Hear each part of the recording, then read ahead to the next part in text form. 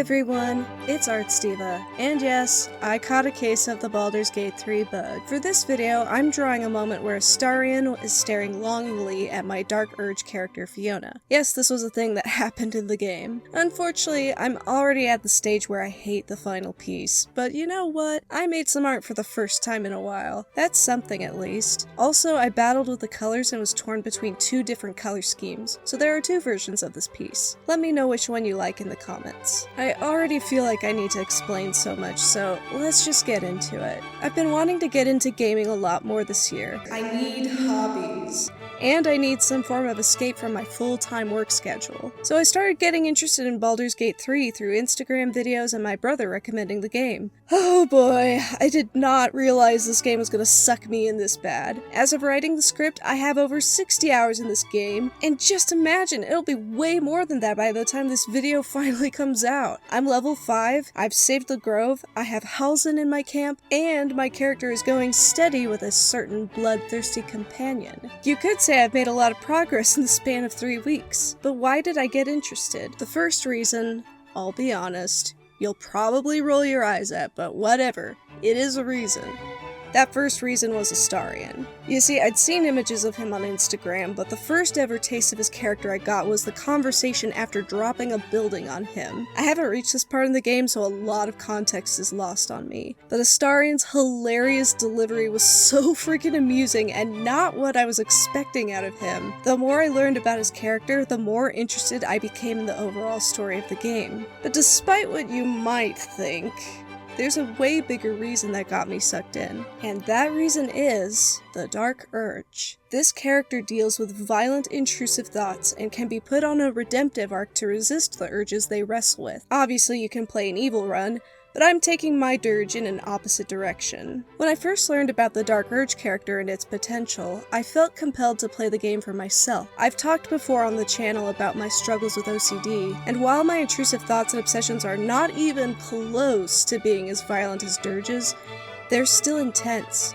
They're overwhelming to deal with, they're incredibly isolating, and they can make me feel horrible about myself as a person. A redemptive dirge's plight to resist their urges is very relatable to me and my own mental health journey. And while there is no magic fix for my OCD, the path I'm taking Fiona on is highly cathartic. It not only validates the heavy burden of dealing with such a crippling disorder, but it also celebrates the will to keep going no matter what your obsessions tell you about the world or yourself. I'm positive this was not the intent of the writers at Larian Studios, but that's how it felt for me. Having a party of supportive companions has also been incredibly validating. I chose to let Fiona openly talk to her companions about her urges, and while they cautioned her about them, they still accepted her for who she was. Granted, one could interpret this as Fiona doing a common compulsion I do, confessing. But being able to talk openly about intrusive thoughts with others is still important. It makes me and Fiona feel less alone. You know what else makes Fiona feel less alone? Astarion. Yes, I'm romancing the vampire. Bite me. Deal with it. Look, I'm allowed to enjoy things, right? But it's also because Fiona is a redemptive dirge that I'm romancing him. If I'm resisting the urges, no way is Astarion getting ascended.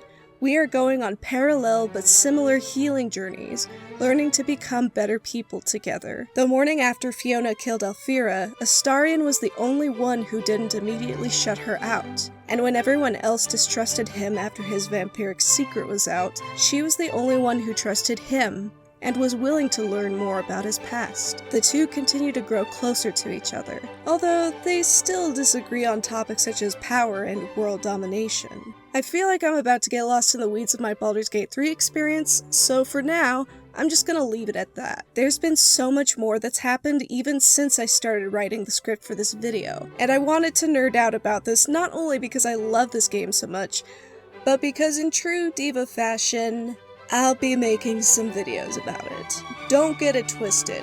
I'm not doing anything on the level of the Left 4 Dead series. Gotta put some of that same energy into original projects. But I want to make lots of fun little videos about my adventures in Baldur's Gate 3, titled as Chronicles of Dirge, and once I've finished the game, I want to make a video about how relatable Dirge's journey is to someone struggling with OCD. It's something I really want to talk about, but I don't want to say anything until I've finished the game. I don't know, I'm just having a lot of fun with this game, and I wanted to share that here. We need a bit of fun in our lives, and it's always a pleasure to find some, even if it takes 78 plus hours of your life. Anyways, that's all for now. ArtzDeeva over and out.